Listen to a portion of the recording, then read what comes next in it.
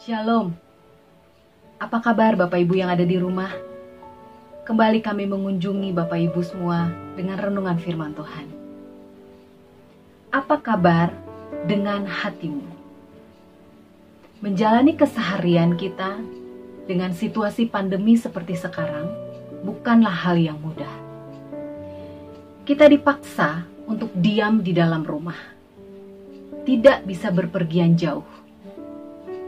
Ketika hendak berpergian pun, kita diharuskan menggunakan masker, menggunakan sarung tangan, bahkan APD yang lengkap ketika kita bekerja. Bagaimana dengan emosi kita? Dengan hal-hal yang membuat kita merasa tidak nyaman. Mungkin kita berkata, susah, situasinya sulit. Firman Tuhan berkata kepada kita, 1 Tesalonika 5 ayat 16, bersukacitalah senantiasa. Bersukacita itu adalah sebuah pilihan. Bukan situasi enak dan nyaman kita bisa bersukacita. Ketika situasi tidak nyaman, kita tidak bisa bersukacita. Bersukacita adalah pilihan. Dan situasi yang sulit seperti sekarang ini mengharuskan kita membuat pilihan, saya akan terus bersukacita. Karena bersukacita tidak bergantung kepada situasi, kondisi, dan keadaan. Sekalipun sekeliling kita rasa sulit, itu tantangan buat kita. Apakah kita bisa bersukacita atau tidak? Apalagi menghadapi situasi work from home, kerja dari rumah, sekolah dari rumah, beribadah pun dari rumah. Anak-anak kita pun mengalami hal-hal yang sulit. Mereka sulit belajar, sulit berkonsentrasi, tidak bisa bertemu dengan teman-temannya. Mereka mengalami kejenuhan, kebosanan. Saudaraku, saya kembali ke pertanyaan saya di awal. Bagaimana dengan hatimu? Bagaimana dengan hati kita?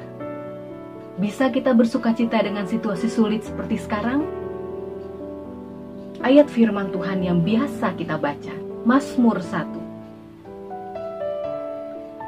Berbahagialah orang yang tidak berjalan menurut nasihat orang fasik, yang tidak berdiri di jalan orang berdosa, dan yang tidak duduk dalam kumpulan pencemooh. Mazmur 1 ayat 1 katakan, berbahagialah orang yang tidak. Bapak Ibu, tidak mudah buat kita menyaring informasi di situasi sulit seperti sekarang. Kadang kita tidak tahu mana berita yang benar atau berita yang tidak benar, tipis perbedaannya. Tetapi yang penting adalah kita tidak mendengar yang membuat sukacita kita terganggu. Kita tidak usah berdebat yang membuat sukacita kita terganggu.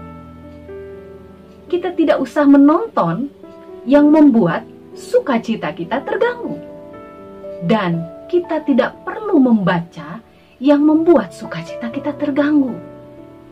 Ayat 2. Tetapi yang kesukaannya ialah Taurat Tuhan. Dan yang merenungkan Taurat itu siang dan malam.